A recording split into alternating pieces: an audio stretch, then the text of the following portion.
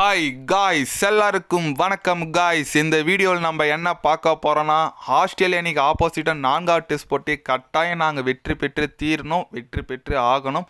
அது மட்டும் இல்லாமல் கண்டிப்பாக எங்கள் அணியில் நல்ல ஒரு மொமெண்டம் இருக்குது, இந்த தொடரையும் நாங்கள் தான் வெல்வோம் அப்படின்னு சொல்லிட்டு இன்றைக்கி காலையில் பத்திரிக்கையாளர் சந்திப்பில் சந்தித்தார் நம்ம இந்திய அணியின் இப்போதைக்கு நட்சத்திர வீரராக இருக்கும் கேஎல் ராகுல். பார்த்தீங்கன்னா ஆஸ்திரேலியா தொடர் குறித்து 4வது டெஸ்ட் போட்டி கட்டாயம் வெற்றி பெறுவோம் அப்படின்னு சொல்லிட்டு பத்திரிக்கையாளர் சந்திப்பில் பேசியிருக்காரு. அவர் என்ன பேசுனார், ஏது பேசுனார் சொல்லிட்டு வீடியோ டீட்டெயில்டாக பார்க்கலாம். அதுக்கு முன்னே நீங்கள் நம்ம சேனலுக்கு புதுசாக வந்திருந்தீங்கன்னா ஒரு சப்ஸ்கிரைப் மட்டும் பண்ணிவிட்டு வாங்க, வீடியோக்குள்ளே போகலாம். ஆமாங்க, கேஎல் ராகுல் அவர் என்ன சொன்னாருன்னு கேட்டிங்கன்னா, கண்டிப்பாக இந்த டெஸ்ட் போட்டி எங்களுக்கு ரொம்ப ஒரு முக்கியமான போட்டின்னு எங்களுக்கு தெரியும். 4வது டெஸ்ட் போட்டி கட்டாயம் நாங்கள் வெற்றி பெற்று ஆக வேண்டிய சுச்சுவேஷனில் இருக்கோம். இந்த சீரீஸை நாங்கள் தோக்கக்கூடாது, ரெண்டுமே ஜெயிச்சா தான் நாங்கள் ஐசிசி டெஸ்ட் சாம்பியன்ஷிப் ஃபைனலுக்கு போவோம். அது எங்கள் மைண்டுக்குள்ளே இருக்குது. எங்கள் ட்ரெஸ்ஸிங் ரூமில் இதுதான் ஒரு பேச்சாகவே போயிட்டுருக்கு.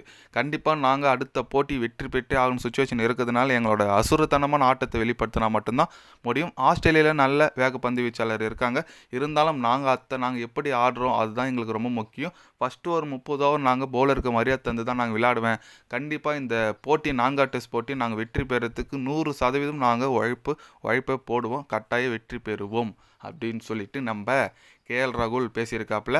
எஸ், அவர் ஒரு ஓப்பனராக பேசுகிறாருங்க. ஆமாங்க, அவர் சொல்கிறது பார்த்தீங்கன்னா ஃபஸ்ட்டு ஒரு 30 ஓவர் பவுலருக்கு மரியாதை தண்டன்னு சொன்னார். அப்படின்னா என்னென்னு கேட்டிங்கன்னா, ஃபஸ்ட்டு ஒரு 30 ஓவர் நாங்கள் பவுலர் அடிக்கக்கூடாது, லீவ் பண்ணி அவங்களுக்கு மரியாதைக்கு டிஃபென்ஸ் ஆடணும், ஓரளவுக்கு செட் ஆகிட்டு போய் அதுக்கப்புறம் அவங்களோட ஆட்டத்தை அடித்து ஆடணும் அப்படின்னு ஒரு குறிக்கோளோடு ஆடிட்டு வந்துட்டுருக்காரு. அதனால தான் அவர் நல்ல பெர்ஃபார்மன்ஸ் பண்ணுறாருங்க கேஎல் ராகுல். இந்த ஆஸ்திரேலியா சீரீஸில் சூப்பராக பண்ணுறாரு. அவர் பங்குக்கு அவர் பண்ணுறாரு, மற்றபடி இந்தியா வேறு யாரும் பண்ண மாட்டாங்க.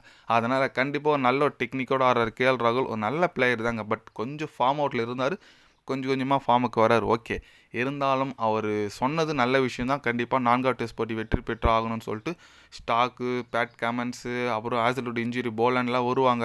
அவங்கள எப்படி நீங்கள் எதிர்கொள்கிறீங்களோ அது குறித்து தான் நம்ம இந்திய அணியோட வெற்றி இருக்குதா.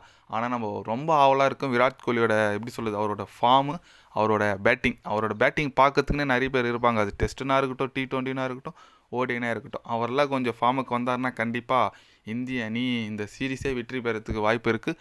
பார்க்கலாம் என்ன பெர்ஃபார்மன்ஸ் பண்ணுறாங்கன்னு சொல்லிட்டு. ஏன்னா இது வரைக்கும் இந்த சீரீஸில் பண்ட்டு, விராட் கோலி ஒரு செஞ்சுரி அடிச்சார், ரோஹித் சர்மா இவங்களாம் எதுவுமே ஸ்பார்க் ஆகலை. எதனா பண்ணுறாங்களா, ஸ்பார்க் ஆகலாம்னு சொல்லிட்டு அடுத்த டெஸ்ட் போட்டியில் எனக்கு என்னமோ ரிசர்வ் பண்ணிட்டு எதனா பண்ணுவாருன்னு சொல்லிட்டு யோசிக்க தோணுது.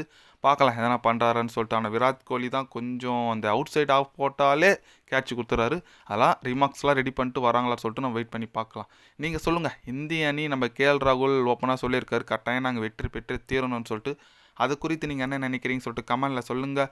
இது போன்ற ஸ்போர்ட்ஸ் யூஸாக தெரிஞ்சுக்கணுன்னா சேனலை சப்ஸ்கிரைப் லைக் ஒன்று பண்ணிக்கோங்க. கண்டிப்பாக கிரிக்கெட் பற்றி day by day channel update வரும். மறக்காமல் சப்ஸ்கிரைப் மட்டும் கொஞ்சம் பண்ணி வச்சுக்கோங்க. நன்றி, வணக்கம்.